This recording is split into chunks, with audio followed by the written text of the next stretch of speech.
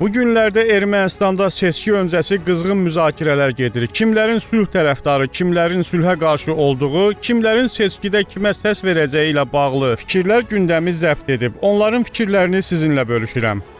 Siz də onları dinlədikdən sonra fikirlərinizi şərh bölməsində bildirə bilərsiniz. Videonu paylaşaraq daha çox insanın bu həqiqətlərdən xəbərdar olmağına kömək edə bilərsiniz.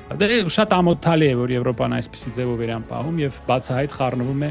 Bugün Avropa utanmadan Ermənistanın daxili işlərinə müdaxilə edir. O Paşinyanı açıq şəkildə dəstəkləyir, onun yenidən seçilməsinə çalışır və Türkiyə-Azərbaycan təsirini regionda təşviq edir. Amerikada eyni şəkildə hərəkət edir. Benzin Azərbaycana səfər etdiyini və açıq şəkildə Azərbaycanın onların strateji tərəfdaşı olduğunu bəyan etdiyini gördük. Bu əsnada Ermənistanın maraqları qətiyyən nəzərə alınmadı. Trampın güya sözdə yaratdığı sülhə gəldikdə isə bütün bunlar əsasən öz siyasi reytinqləri üçün edilir. Amerikanın əsl maraqları Ermənistanda deyil, Azərbaycan və Türkiyədədir. Bu yaxınlarda Qərbi Azərbaycan adlanan cəmiyyətin nümayəndəsi bəyan etdi ki, Azərbaycanlılar öz dədə-baba torpaqlarına qayıtmalıdır və bu təəccüblü deyil. Əgər cəmiyyətimiz torpaqlarımızı Azərbaycana verən və daim onların qarşısında özünü alçaldan bir adam tərəfindən idarə olunmasına icazə verirsə, bu cür bəyanatların verilməsi təəccüblü deyil. Xalqımız aydın şəkildə başa düşməlidir. Əgər iyun ayında Paşinyana yenidən səs verilərsə, 300 min Azərbaycanlı Ermənistana qayıda bilər. Təəssüf ki, bir çoxları hələ də inanır ki, biz yenidən Azərbaycanlılarla sülh içində yaşaya bilərik. Bugün bütün bunlar əsl təbliğat yarışına çevrilib. Cəmiyyətə öz ideyalarını yeritməkdə ən güclü və israrlı olan seçkilərdə qalib gələcək. Sizi əmin edirəm ki, bu demək olar ki, şübhəsiz ki, Səddam Hüseynin seçkisi olacaq. Ես ուզում եմ, որ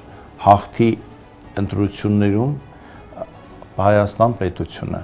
Mən Ermənistan dövlətinin seçkilərdə qalib gəlməsini istəyirəm. Qələbədən sonra ölkənin gələcəyi barədə düşünəcəyik. Mən tez-tez 2026-cı il seçkilərini 1995-ci il seçkiləri ilə müqayisə edirəm. Bugün 95-ci il hadisələrini təkrarlayan insanlar ortaya çıxıb. Bəs müharibə zamanı onlar haradaydılar? Aydındır ki, onlar Moskvada və ya digər rahat yerlərdə gizlənib sakitcə pul qazanıblar. Mən həmçinin Samvel Karapetyandan danışıram. İndi o birdən peyda olub və hakimiyyətə gəlməyə çalışır. Bugün bizim vəzifəmiz bu insanların çirkli məqsədlərinə çatmasının və uşaqlarımızın tökülən qanı üzərində qurulan sülhü pozmasının qarşısını almaqdır. Müxalifətə sadə bir sual vermək istəyirəm. Ermənistan, Azərbaycan və Türkiyə ilə normal münasibətlər olmadan necə mövcud ola bilər? Onlar insanları inandırmağa çalışırlar ki, vətənpərvər insan Azərbaycanlılardan və ya türklərdən nifrət edən və daim keçmişin xatirələri ilə yaşayan biridir. Onda gəlin Azərbaycanlıları öldürməyə davam edək. Sonra bizi öldürəcəklər. Bəs sonra nə olacaq? Müxalifət bu müharibənin əbədi davam etməsini istəyirmi? Müharibədən ən çox kimin danışdığını bilirsinizmi? Subay olanlar, yaxud övladları xaricdə yaşayan və heç vaxt müharibə görməyənlər. Xalqımız anlamalıdır ki, sülh kiçik bir uşaqdan daha çox diqqət tələb edir. Bir səhv hər şeyi itirmək üçün kifayətdir. Əgər həqiqətən dövlətimizin olmasını istəyiriksə, sülhə can atmalıyıq. Köhnə bir atalar sözü var. Ayaqlarını yorğanıva görə uzat. Amma təəssüf ki, bu insanlar nə yorğanın ölçüsünü, nə də ayaqlarının ölçüsünü bilirlər. Onlar yalnız ucadan danışmağı bilirlər. Bu günə qədər Qarabağın və digər torpaqların bizə məxsus olduğunu israr edirlər. Dəqiq hansı torpaqlar olduğunu soruşduqda Ermənistanın bir vaxtlar dənizdən dənizə uzandığını təkrarlamağa başlayırlar. Onlar hələ də anlamırlar ki, Ermənistanın heç vaxt dənizdən dənizə qədər torpaqları olmayıb. Faciə ondadır ki, bu insanlar hətta öz tarixlərini belə bilmirlər. Məhz buna görə də bugün bu vəziyyətdəyik. Təəssüf ki, müharibə onlara dərs verməyib. Onlar əvvəlki həyatı yaşamaq istəyirlər. Oğlum ona görə ölmədi ki, hansısa əclaf hakimiyyətə gəlib Ermənistanı məhv etsin. Mən buna imkan verməyəcəm. Հիմա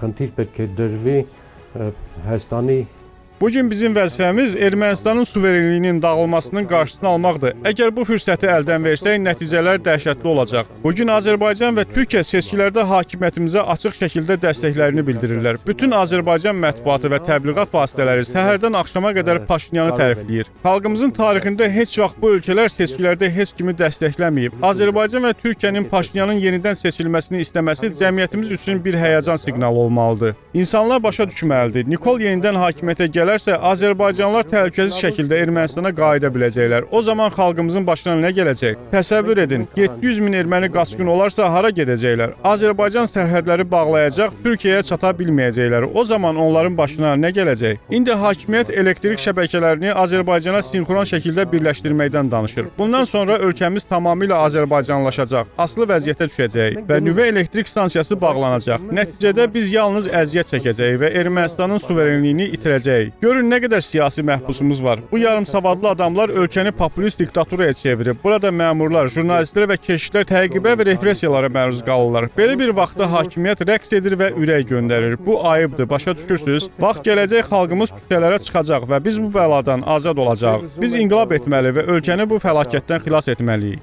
Ադրբեջանի հետ մեր այս վերջի տարիների հարաբերությունները 23 թվականից սկսած Son illərdə 2023-cü ildən bəri Ermənistan və Azərbaycan arasında münasibətlər tədricən sülhə doğru irəliləyir. Qalan tək şey sülh müqaviləsini imzalamaqdır. Bu gün Ermənistan öz gələcəyinə gedən yolda dayanır. Lakin bu yolda maneələr yaradan və ölkəni geri çəkməyə çalışan insanlar var. Onların hamısı beynəlxalq səviyyədə tanınmış cinayətkarlardır və biz bu işğalçıların yolunu bağlamalıyıq. Uzun illərdir ki, Robert Köçəryan, Serj Sarkisyan, Ovik Abrahamyan və digər müxalifət xadimləri kimi siyasətçilər Ermənistanı keçmişdə ilişib saxlamağa çalışırlar. Onlar ölkəmizin sülh içində yaşamasını istəmirlər. Buna görə də onlar siyasi arenaya qayıdıblar. Biz 2018-ci ildə bu insanları hakimiyyətə qaytarmaq üçün inqilab etməmişik. Onlar bizi suverenlikdən məhrum etdilər və seçkilərdə iştirak etmək üçün mənəvi haqları yoxdur. Bugün biz bu keçmiş quldurların bir daha hakimiyyətə gəlməməsi üçün əlimizdən gələni etməliyik ki, sabah peşman olmayaq.